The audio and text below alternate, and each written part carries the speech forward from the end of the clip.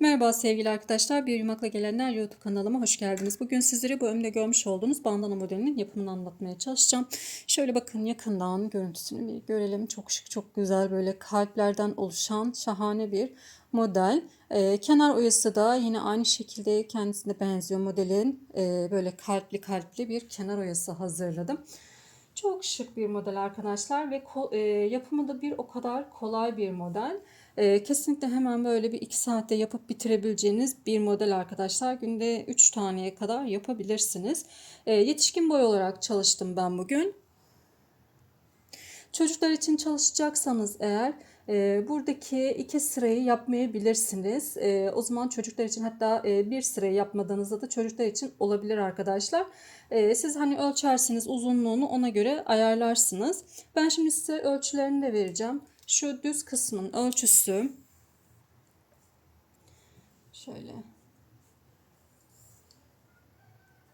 Evet, 46 santim o düz kısmın ölçüsü.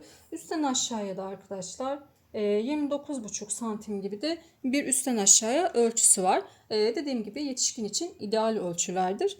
Kullanmış olduğum malzemeler 330 metrelik koton ip kullandım.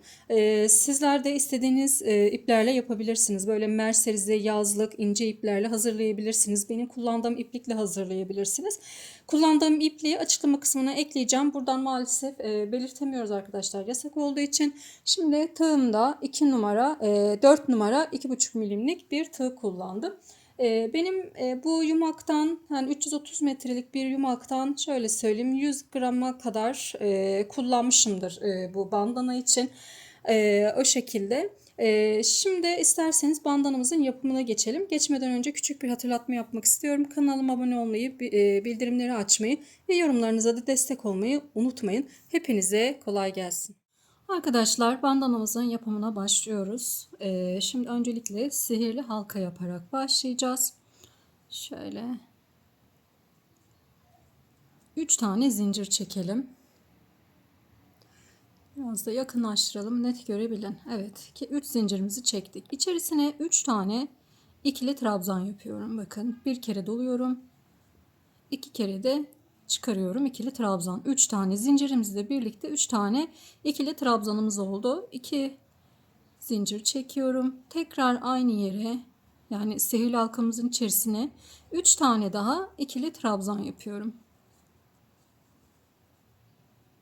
3. Evet, 2 zincir. Tekrar sihirli halkamızın içerisine 3 tane daha ikili trabzan yapıyorum. 2 zincir ve yine sihirli halkamızın içerisine 3 tane ikili trabzan yapıyorum.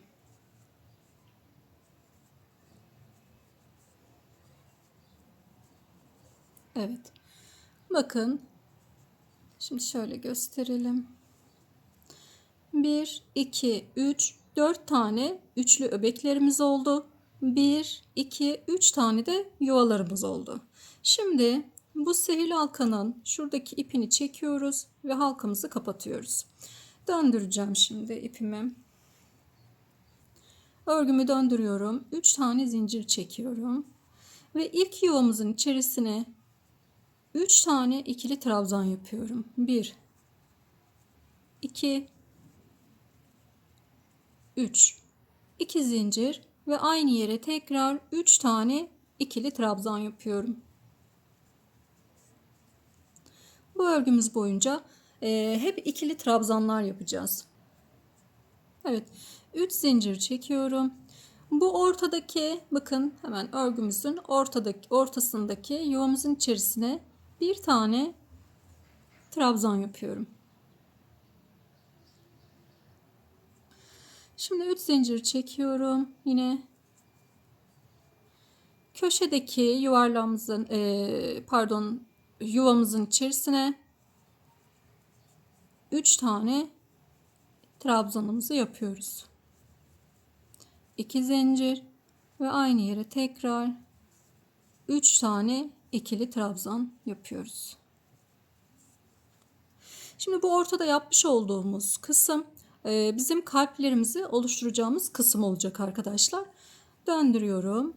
kenardaki su taşı örneğimiz de örgümüz boyunca devam edecek. 3 zincir çekiyorum. Dönüşlerde hep 3 zincir. Yuvamın içerisine 3 trabzan, ikili trabzan, 2 zincir ve 3 tane ikili trabzan yapıyorum.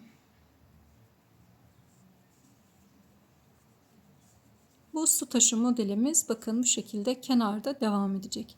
Evet, şimdi 1, 2, 3 zincir çekiyorum.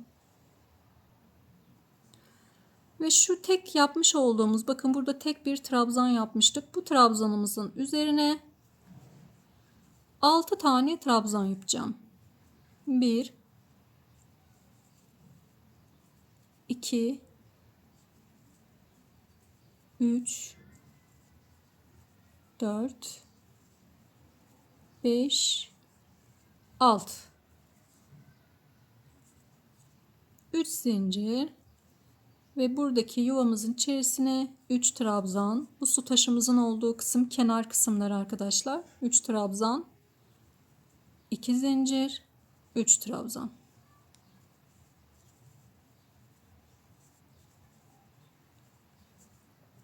Döndüm.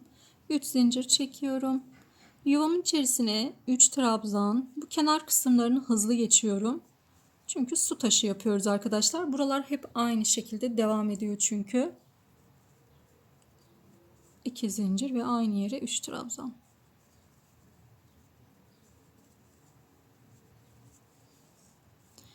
Yine 1, 2, 3 tane zincir çektim. Şimdi geliyorum buraya, bu ortadaki kalbimizin olduğu yere. Burada ilk trabzanımızın tepe noktasına 2 tane trabzan yapacağım. Aynı yere 1, 2. Bakın aynı yere 2 tane yaptım. Altta 6 tane olan trabzanlarımız üstte 8 tane olacak. Şimdi hepsine tek tek, sadece sondakine yine 2 kere batacağız. Bu arada kalanlara tek tek batıyorum. 1, 2, 3, 4. Arada 4 tane vardı. Bu 4 taneye tek tek trabzan yaptım. Burada 6 tane trabzanım oldu şu anda. Sondaki trabzanımızın tepe noktasına da 2 tane trabzan yapacağım arkadaşlar. Ve burası 8 tane trabzan olmuş olacak. Şimdi yine 3 tane zincir çekiyorum. Kenardaki su taşı modelimizin olduğu yere yapıyoruz. 3 trabzan, 2 zincir, 3 trabzan.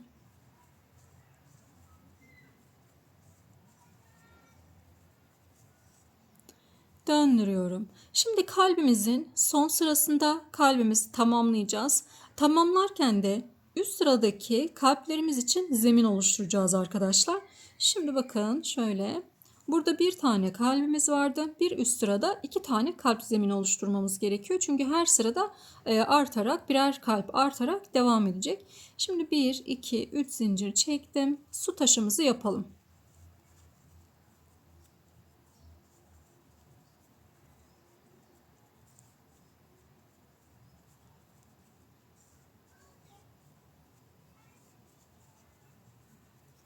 Evet, su taşımızı yaptık. Şimdi 3 tane zincir çekiyorum.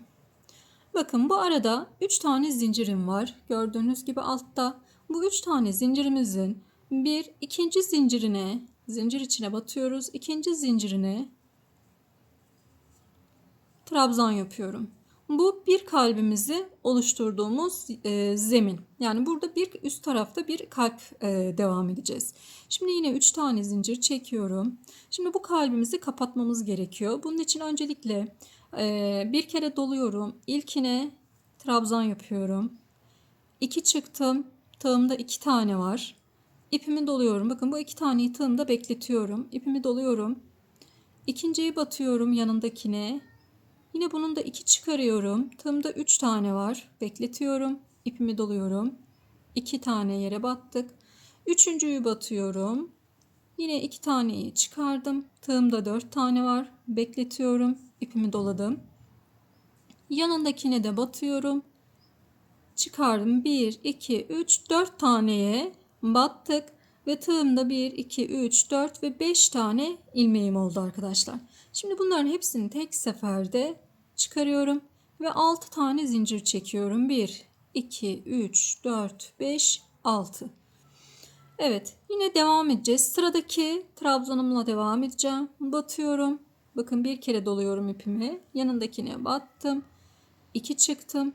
Tığımda 2 tane var. Bekletiyorum. Tekrar ipimi doladım. Yanındakine batıyorum. 2 çıktım. Tığımda 3 tane var. İpimi doluyorum. Yanındakine batıyorum. 2 çıktım.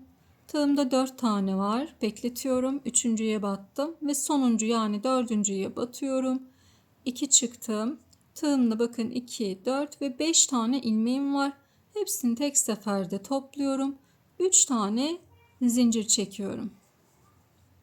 Şimdi burada da bir tane yine kalp için zemin oluşturacağız. Ne yapıyorum? Burada 3 tane zincirim var. Bu 3 zincirimin ortadaki yani ikinci zincirine batıyorum ve burada ikili trabzan oluşturuyorum.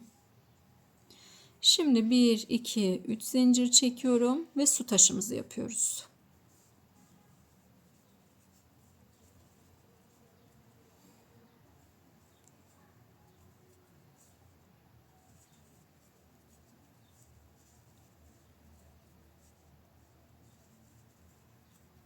Evet. Şimdi şöyle bir bakalım. Bakın ilk kalbimizi oluşturmuş olduk. Şimdi diğer kalplerimizi de oluşturacağız. Modelimiz böyle kendini tam belli etmeye başlayacak. Döndürüyorum 3 zincirle. Su taşımızı yapıyoruz.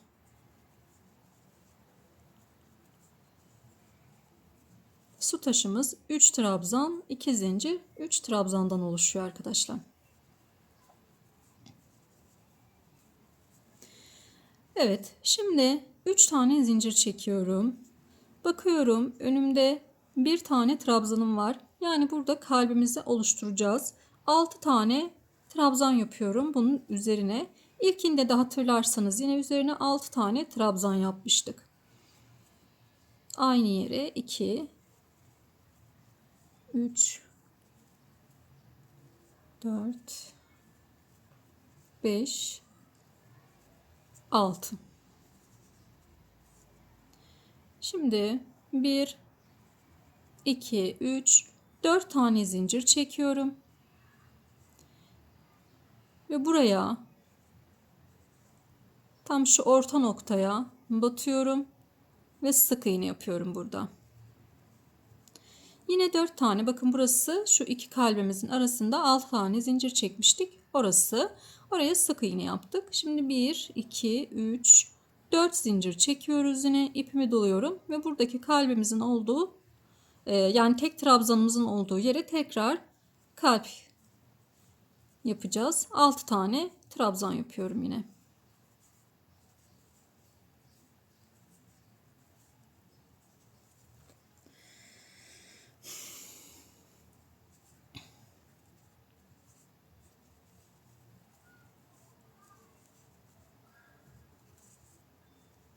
2, 3 zincir çekiyorum. 6 tane trabzanımı yaptım. 3 tane zincir çekiyorum ve su taşına geliyorum. Buradaki su taşımızı yine yapıyoruz. 3 trabzan, 2 zincir, 3 trabzan şeklinde.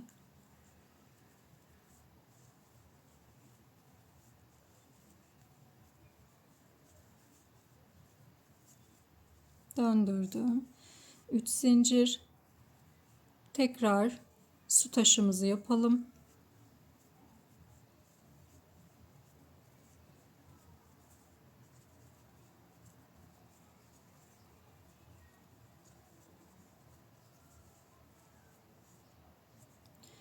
Bir, iki, 3 zincir çekiyorum. Şimdi burada bakın 6 tane trabzanım vardı. Bu 6 trabzanımı 8 trabzan yapacağız. Yine burada da bakın bir üst sırada aynısını yapmıştık. İlk trabzanımıza 2 tane trabzan yapıyorum. 1, 2 trabzan yapıyorum. İpimi doladım. Yanındakine bir tane 3, yanındakine bir tane 4, yanındakine bir tane 5 ve yanındakine bir tane 6. Sondaki trabzanımın tepesine de yine 2 tane trabzan yapacağım. Burayı 8 tane trabzan olarak ayarlamış olduk. Evet, burada şimdi bakın tam kalbimizin üst kısmındayız. 5 tane zincir çekeceğim. 2, 3, 4, 5. Diğer kalbimize atlayacağız buradan. Şöyle göstereyim. Bakın kalbimizin üst kısmını 5 tane zincirle buradaki ikinci kalbimizin olduğu yere atlıyoruz. Yine burada ilkine 2 tane trabzan yapıyorum aynı yere. 2, 3, 4, 5, 6. Sondakine de 2 tane trabzan yapacağım. Sondakine 7 ve 8 bakın. Evet, 3 zincirimizi çekiyoruz ve buradaki su taşımıza devam ediyoruz.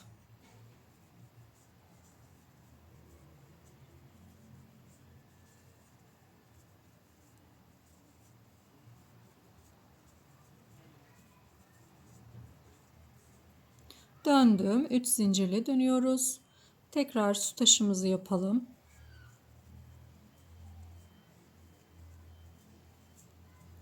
İki zincir, aynı yere tekrar 3 tane trabzan yapıyorum. Su taşımız. Evet, şimdi şöyle bir bakalım. 8 trabzandan sonra kalbimizi kapatma sırasına geliyoruz. Bunu aklımızda tutalım arkadaşlar. 8 trabzanlı sıramızı yapıyoruz. Bir üst sırada da kalbimizi kapatma sırası. Kalbimizi kapatırken de yeni kalpler için zemin oluşturma sırası demek. O zaman ne yapıyoruz? 3 tane zincir çekiyorum. Her zaman zemin oluştururken bu su taşından çıkarken ilk zeminimizi oluşturuyoruz. Burada 3 tane zincirim vardı. Ortasındaki zincirime, ikinci zincire yani bir tane trabzan yapıyorum. İlk kalbimiz için zemini oluşturmuş olduk. 3 zincir çekiyorum. Şimdi kalbimizi kapatacağız arkadaşlar. İlk trabzanıma batıyorum. 2 çıktım. Tığımda 2 tane var. İpimi doluyorum. Bunları bekletiyorum tığımda. 4 tane ilmeğimize batacağız. 2 çıkarıyorum. Tığımda 3 tane var. İpimi doladım.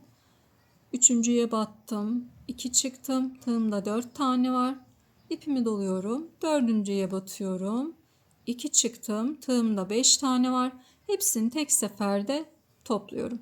6 tane zincir çekiyoruz. 2, 3, 4, 5, 6 zincirimizi çekiyoruz. İpimi tekrar doluyorum ve hiç atlama yapmıyorum. Yanındakinden devam ediyorum. 4 bu tarafta, 4 tane de bu tarafta kapatmamız olacak arkadaşlar. Şimdi batıyorum. 2 çıktım. 2 var. Bekletiyorum. 2 çıktım. Tığımda 3 tane var. Bekletiyorum.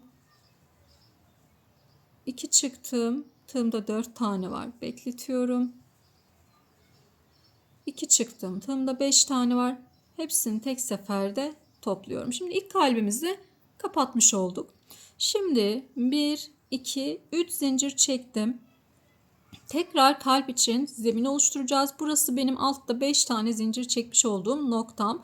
Burada da ortadaki 3. zincirimize, yine zincire bakın, 3. zincirime trabzan yapıyorum. İkinci kalbimiz için zeminimizi de burada oluşturuyoruz. Yani bakın burada ilk ortada bir kalp, üstte de yine çapraz tam üst kısmında denk gelmiş olacak bir kalp. Şimdi ne yapıyorum? 3 tane zincirimi çektim. İkinci kalp zeminimi oluşturdum.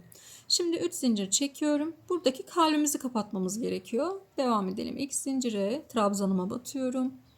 2 çıktım. 2 var. 2 çıktım. 3 var tığımda bekletiyorum. 2 çıktım. 4 var tığımda bekletiyorum.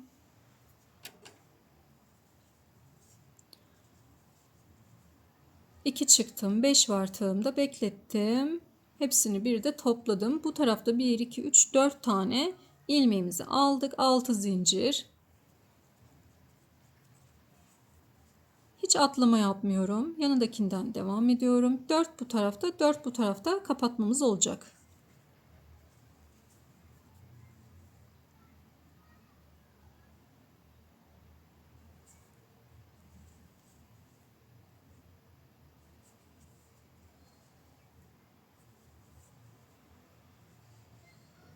Beş tane ilmeğim oldu. Hepsini topluyorum. Bu kalbimizi de kapatmış olduk arkadaşlar. Şimdi 3 tane zincir çekiyorum ve diğer 3. kalbimizin zemini için su taşına giderken 3 tane zincirimiz var. Bu zincirimizin hemen orta noktasına batarak 3. kalbimiz için zemin oluşturmuş olduk. Şöyle göstereyim, bakın gayet şık, güzel bir model oluyor. Yani ilk kalplerimizi burada su taşından çıkarken ilk zeminimizi oluşturuyoruz. Son zeminimizi de buradaki su taşına giderken oluşturuyoruz. Diğerlerini ortada bu diğer kalplerin üst kısımlarında oluşturmuş oluyoruz. Şimdi bir sıra daha göstereceğim. Daha net anlamış olacaksınız. Şimdi su taşını yapalım. Evet, su taşımızı yaptık. Dönüşümüzü yaptık. Tekrar su taşımı yaptım. Şimdi geliyoruz buradaki kalp için zemin hazırlamıştık. O kısımları yapmaya. Ne yapıyoruz? 3 tane zincirimizi çektik. Şimdi ilk zeminimiz bir tane trabzan olan kısım. Bunun üzerine ne yapmıştık? 6 tane trabzan yapmıştık. Tekrar 6 trabzanımızı yapalım aynı noktaya.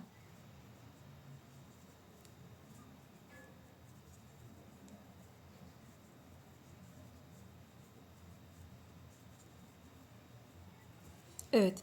Şimdi burada bakın kapalı kalbimizi görüyoruz. Kalbimizi kapatmıştık. Bu kalbimizi kapattığımız yerde 4 tane zincir çekeceğim. 2, 3, 4 zincir çekeceğim. Hemen şu 6 tane zincir çektik ya 2 kapatma arasına. Buraya tam böyle ortasına boşluğa sık iğne ile batıyorum. Şimdi yine 1, 2, 3, 4 zincirimi çekiyorum. İpimi doluyorum. Ve burada bir zeminim daha var. Bu zemine de yine 6 tane, yani kalp için zeminim var. 6 tane trabzanımı yapıyorum.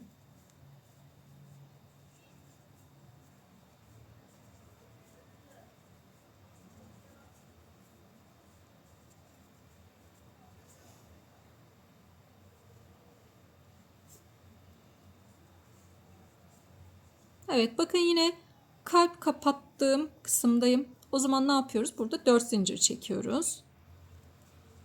Şu 6 tane çekmiş olduğum zincirimi şöyle ortasına sık iğne ile batıyorum. Yine 4 tane. Buraya girerken ve çıkarken 4'er zincirim var bu sırada. 4 zincir çektim. Burada yine benim bir kalp için zeminim var. Buna da yine trabzanlarımı yapıyorum. 6 tane trabzan yapıyoruz arkadaşlar.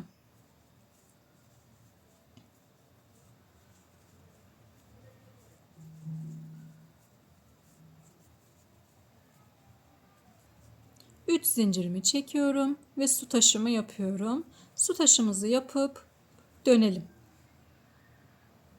Evet, su taşımızı yaptık. Dönüşümüzdeki su taşımızı da yaptık. Şimdi tekrar devam ediyorum. 3 zincirimi çektim. Burada 6 tane trabzanım var. Bunu ne yapıyorduk? 8 trabzana tamamlayacağız. İlkine 2 tane trabzan yapıyorum. Aynı yere. 2. Devam ediyorum. Her birine birer tane. 3. 4. 5. 6. Şimdi sonunda bir tane trabzanım kalıyor. Ona da 2 tane trabzan yaparak burayı 8'e tamamlıyoruz. Şimdi bakıyorum benim neredeyim? Kalbimi kapatmış olduğum üst kısımdayım. Burada 5 tane zincir çekiyorum. 5 zincir. İpimi doluyorum. Buradaki kalbimizi 8'e tamamlıyoruz. İlkine 2 tane. Sonra tek tek devam edip sondakine de 2 tane yapacağız. Toplam 8 trabzanımız olacak.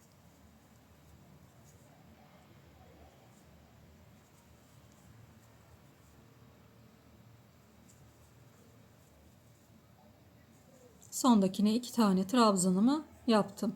Yine bakıyorum kalbimizin üst kısmındayım. 5 trabzanımı zincirimi yapıyorum. İpimi doluyorum ve buradaki kalbimizi de yine 8 trabzana tamamlıyoruz. İlkine 2 tane, bir devam ediyoruz.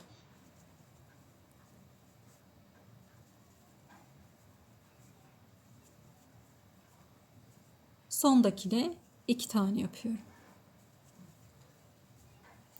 Su taşımızı yapalım. 3 zincir çektim. Su taşımı yapıyorum arkadaşlar.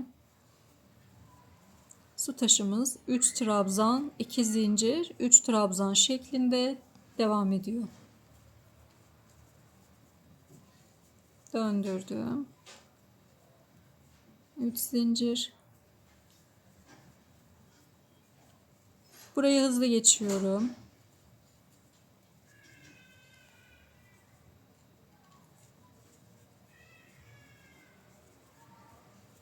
Evet, şimdi bakıyorum. Neredeyiz? 8 tane trabzanımızın olduğu kısım, yani 8 trabzanın olduğu kısım bir sonraki sırada kapatma sırasındayız. O zaman kapatma sırasında ne yapıyoruz? Hem üstteki kalplerimizin zeminlerini oluşturuyoruz hem de kalplerimizi kapatıyoruz. O zaman öncelikle 3 tane zincirimizi çekiyoruz. İlk kalp zeminimiz su taşından çıkarkenki 3 zincirimizin olduğu kısımda yapıyoruz. Her zaman ortasındaki yani ikinci zincirimize bir tane trabzanımı yaptım. Şimdi 3 zincirimizi tekrar çekiyorum. Bu kalbimizi kapatacağız. Ne yapıyorduk? İpimizi doluyorduk. 2 çıktık. Tığımda bekletiyorum. 2 tane var. 4 taneyi bu şekilde batarak tığımda 5 ilmek olana kadar ilerliyorum. 2, 4 ve 5. 4 tane ilmeğime battım. Tığımda 5 tane var. Hepsini tek seferde topluyorum. 6 tane zincir. 2, 3, 4, 5 ve 6 zincirimi çekiyorum. İpimi doluyorum. Yanındakinden devam ediyorum tekrar.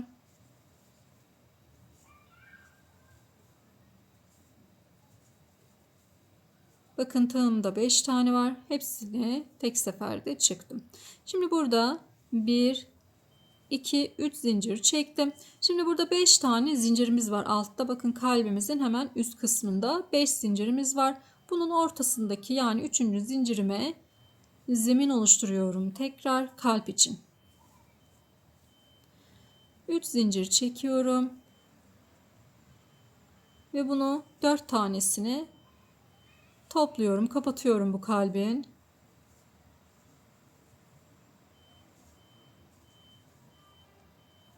İki, 4, 5 ilmeğim var. Çıkardım. 1, 2, 3, 4, 5 ve 6 zincir çektim. Hiç atlamadan yanındakinden devam ediyorum. Kapatmaya. Kapatmayı da anladık sanırım artık. Evet. 1, 2, 3 zincir. Yeni kalbimiz için burada 5 tane zincirim vardı. Bu 5 zincirimin üçüncüsüne batıyorum ve 3. kalbimiz için de zeminimizi hazırlamış olduk. Şimdi yine 3 zincir çekiyorum ve bu kalbimizi kapatıyoruz şimdi. Gördüğünüz gibi bir kalbi kapatırken diğer kalpler için de zemin oluşturmuş oluyoruz.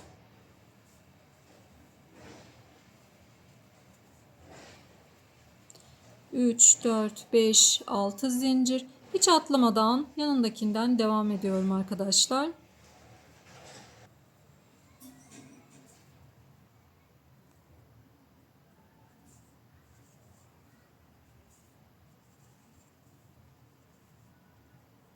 Topladım.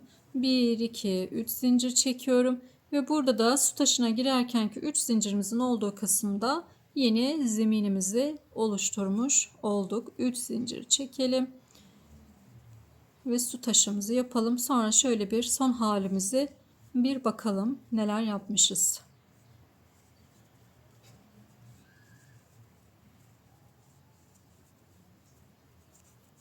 Evet. Şimdi bandanamız bittiğinde bunu ütüleyeceğiz. Ütüleyince çok daha güzel gözükecek arkadaşlar. Ters kısmından buharlı ütü vereceğiz. Şimdi buraya kadar bakın 1, 2, 3 tane kalbimizi yapmış olduk. Şimdi artık devam edebiliriz diye düşünüyorum. Eğer yine hani anlamadığınız yer olursa bir alttaki kalp sırasına bakın. O şekilde devam edebilirsiniz. Hani takıldığınız yer olursa. Şimdi ben kaç santim yapacağım, kaç kalp yapacağım bunları sizlerle paylaşacağım. Ben de öreyim. Sizler de o ara örün. Bir saniye sonra buradayım. Evet, bandanamı tamamladım. Boyutunun kenar oyası kısmına kadar geldim. Şimdi kaç tane kalp yapmışız onu paylaşacağım. 1, 2, 3, 4, 5, 6, 7 ve 8 tane kalp yaptım. Kalbi kapattığımız sırada tamamladım bandanamı. Yukarıya doğru da yine En dipteki ilk kalpten başlıyorum. 1, 2, 3, 4, 5, 6, 7 ve 8. Ölçü de yine vereceğim size arkadaşlar. Ütülenmemiş ölçüsünü vereceğim size. Ütülenince bir tık daha açılacak. Şöyle tam köşeden köşeye 45 santim. Dediğim gibi ütülendiğinde birazcık daha açılacak. Ütülenmiş halinin ölçüsü de yine tanıtımda başta mevcut. Şöyle yukarıdan aşağıya da 29 santim arkadaşlar. Evet, bandanamızın ölçüleri bu şekilde. Şimdi kenar oyasına gidelim. Ütümüzü kenar oyasına gittikten sonra yapacağız arkadaşlar. Evet. Şimdi kenar oyası için şöyle yakınlaştıralım.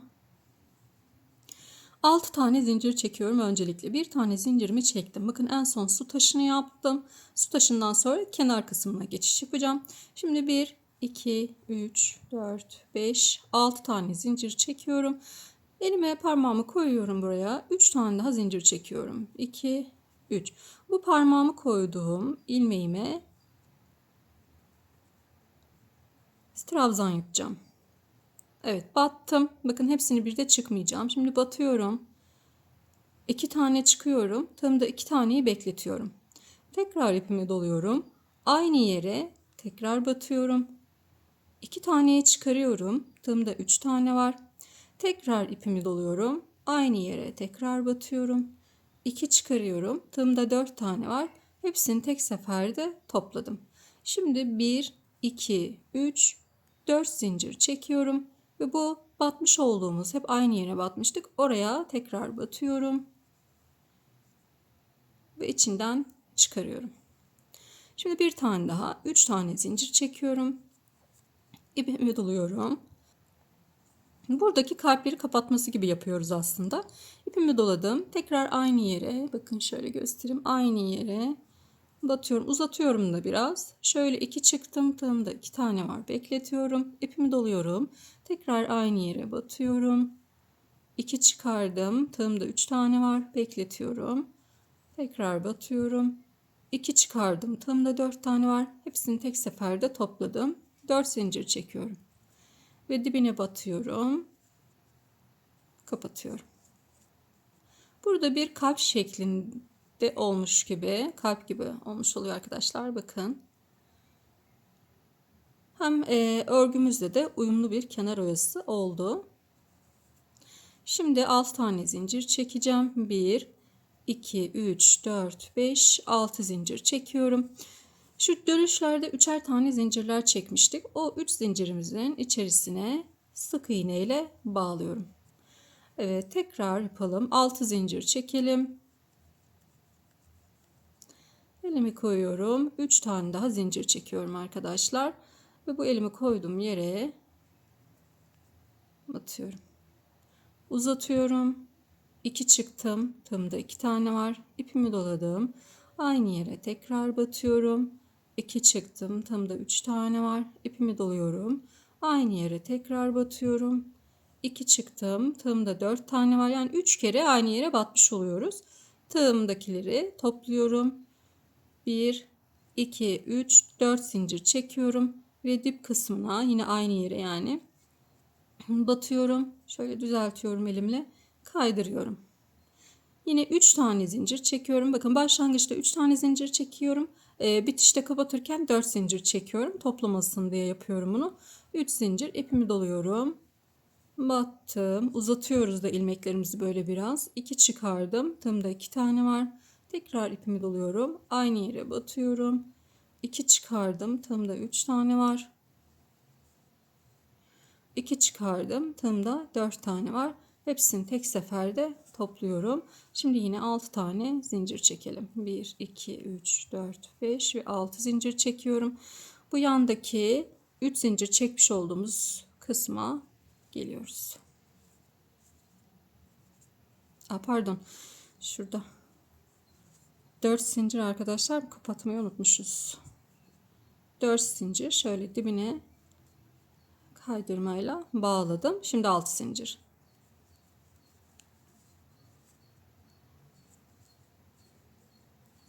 Evet, şimdi şöyle bir bakalım. Çok tatlı oldu. Çok güzel oldular. Elinizde de biraz düzeltirsiniz. Bir kere daha göstereyim.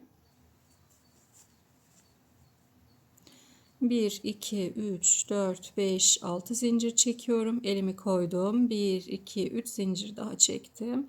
Buraya batıyorum. Uzattım ilmeğimi. 2 çıktım. Tamında 2 var. Bekletiyorum.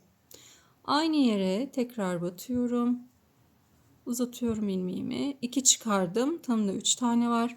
İpimi doluyorum tekrar. Aynı yere batıyorum. 2 çıkardım. Tığımda 4 tane var. Hepsini tek seferde topladım. 4 zincir çekiyorum. Ve dip kısmına yine aynı yere bakın. Kaydırıyorum. 1, 2, 3 zincir çektim. Aynı yere batıyorum. Uzatıyoruz. 2 çıktım. 2 var. İpimi doladım. Battım. 2 çıktım. 3 var. İpimi doluyorum. Battım. 2 çıkardım. Tığımda 4 tane var. Hepsini tek seferde topladım. 4 zincir ve dip kısmına kaydırıyorum. Evet. 1, 2, 3, 4, 5, 6 zincir çekiyorum. Ve buradaki dönüşteki 3 zincirlik yere sık iğne ile sabitliyorum. Evet, kenar oyamız böyle. Şimdi şu köşeye kadar, şu dip başlangıç noktamıza kadar gelelim. Oradaki işlemi de yine sizlerle paylaşacağım arkadaşlar. Evet, en baştaki, yani en uçtaki ilk başlamış olduğumuz noktaya kadar geldik. Bakın şöyle göstereyim. Bu kısımdayız. Şimdi burası sehil halkamızın başladığı kısım. Ben direkt bu ortaya batarsam eğer burada bir toplama olacak. O yüzden oraya batmıyorum arkadaşlar. Bakın şu tarafında şöyle baktığınız zaman şurada ortasından hemen önceki bu üçlü öbek. Buna en sondaki zincirine, bakın ilk başlamış olduğumuz zincir, buradaki zincire batıyorum. Sık iğne ile battım. Şimdi bir tane daha yapıyoruz kenar oyasına.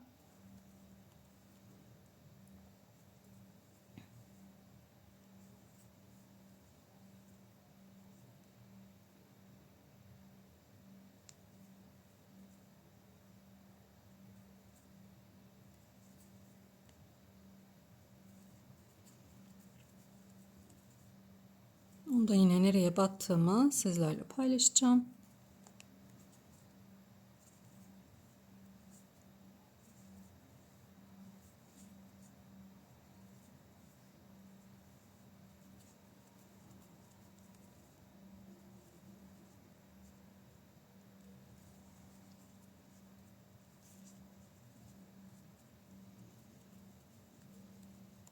Altı zincir çekiyorum. Burada da bakın hemen bu tarafındaki dönüşteki 3 zincirlik yere batıyorum arkadaşlar. Şimdi diğer tarafa dönmüş olduk. Şimdi bu taraf yapacağız. Bu kadar. Bakın şöyle göstereyim elimle, daha net görün. Buraya battık. Tekrar oyamızı yapıp bu taraftaki 3 zincirlik dönüş yerine battık. Şimdi bir tane daha gösterelim.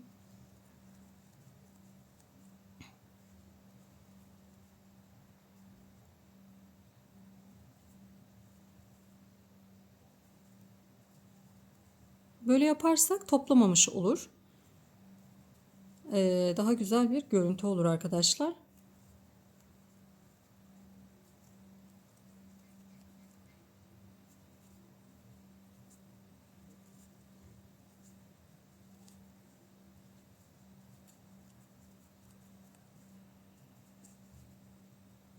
Şimdi yine 6 zincir çekiyorum. Ve devam ediyoruz zaten aynı şekilde. Herhangi bir toplama, hiçbir şey olmadı. Şimdi devam edelim. Yukarıya doğru buraya kadar gelelim. Evet, bu ön kısma kadar geldik. Yani bağcık yapacağımız kenar kısmına kadar geldik. Şimdi şuradaki 3 zincirlik alana girmemiz gerekiyor. Bunun için Buradaki 3 taneyi şöyle öncelikle şunu tam ortalayabilmemiz için ortalayalım. Buraya bir tane sık iğne yapalım. Şimdi tam ortasında olmuş oldu bakın arkadaşlar. Şimdi şu 3 sık iğnenin üzerine 3 tane trabzanın üzerine 3 sık iğne yapıyorum. Yuvaya girdim. Bir tane sık iğne yaptım. Şimdi bağcık kısmımız için istediğiniz uzunlukta zincir çekebilirsiniz. Ben 65 tane zincir çekiyorum. Daha uzun isterseniz eğer daha uzun yapın arkadaşlar. 65 benim için ideal. 65 tane zincir çekiyorum. 4, 5, 6. Evet, 65 zincirimi çektim. Şimdi bunun üzerine kaydırmayla aşağıya kadar ineceğim arkadaşlar. Bakın alıyorum, içinden çıkarıyorum. Yanındakini de alıyorum, içinden çıkarıyorum. Alıyorum, içinden çıkarıyorum. İsterseniz sık iğne de yapabilirsiniz. Nasıl isterseniz ben böyle kaydırarak yapacağım. Genelde bütün bandanalarım bu şekildedir. Ama sık iğneli yaptığımda var arkadaşlar. Evet, böyle kaydırarak dip kısma kadar gelelim. Sonra ön kısmın yapımına geçeceğiz.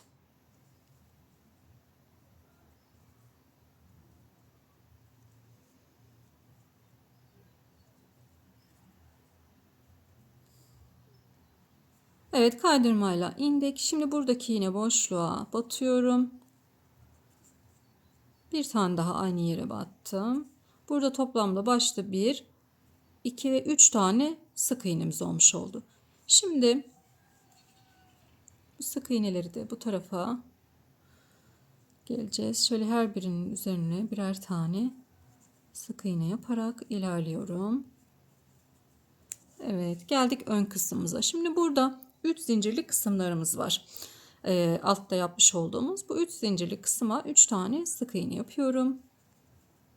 2, 3. Eğer ipiniz ince ise burada boşluk kalıyorsa arkadaşlar 4 de yapabilirsiniz. Şimdi bu direğe batmıyorum. Hemen yanındakine geçiyorum boşluğa. Sadece boşluklara batıyoruz. Yine 3 tane sık iğne yapıyorum. Evet. Geldik buraya 5 tane sık iğnemin olduğu yere. Şimdi buraya 1, 2, 3, 4, 5 tane sık iğne de buraya yaptım. Bakın doldurdu. Eğer hani sizin doldurmazsa bir tane daha da yapabilirsiniz bu şekilde. Yandaki 3 zincirlik yere geçiyorum. Burası da yine 3 tane sık iğne olacak.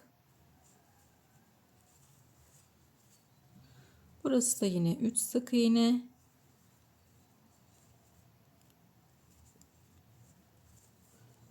İki kalbimizin arasında kapattığımız 5 zincirlik 6 zincirlik yer, buraya 5 tane 1 2 3 4 5 bakıyorum, bakın bir küçük bir boşluğum kaldı. Buraya bir tane daha yapabilirsiniz. Hiç sorun değil arkadaşlar. Evet, şimdi buraya geliyorum. 3 tane. Buradaki 3 zincirlik yere de yine 3 tane sık iğne.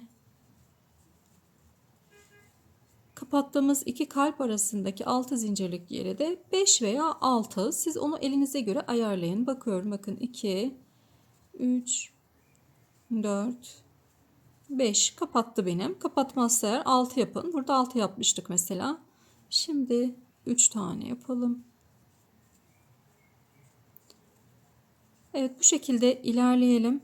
Sıra sonuna kadar, diğer bağcık alanına kadar gelelim arkadaşlar. Evet, köşeye kadar geldim. Köşedeki su taşımızın olduğu yerdeyim. Şimdi bunun üzerine yine sık iğne ile, burada 3 tane trabzanım var. Onun üzerine 3 tane sık iğne yapıyorum. 2, 3. Yuvam içerisine de yine bir tane yaptım.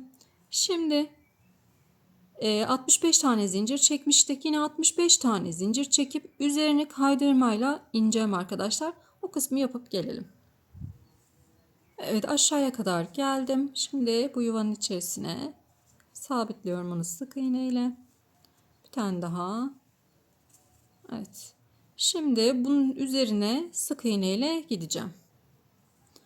Bakın burada 3 tane trabzanım var. 1, 2, üçüncü trabzanıma da sabitleme yapacağım arkadaşlar. Şöyle içinden çıkaracağım. Bir zincir çekiyorum ve bandanamı tamamlamış oluyorum.